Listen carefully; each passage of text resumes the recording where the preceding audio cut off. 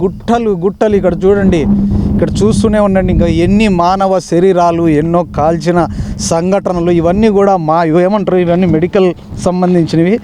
ఇవేమంటారో కూడా నాకు తెలియదు. ఇవన్నీ కూడా మెడికల్ సంబంధించినవి.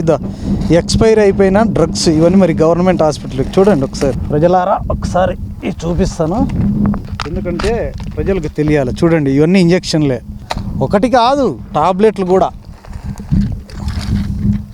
ఇది మన డంప్ యార్డ్ పరిస్థితి.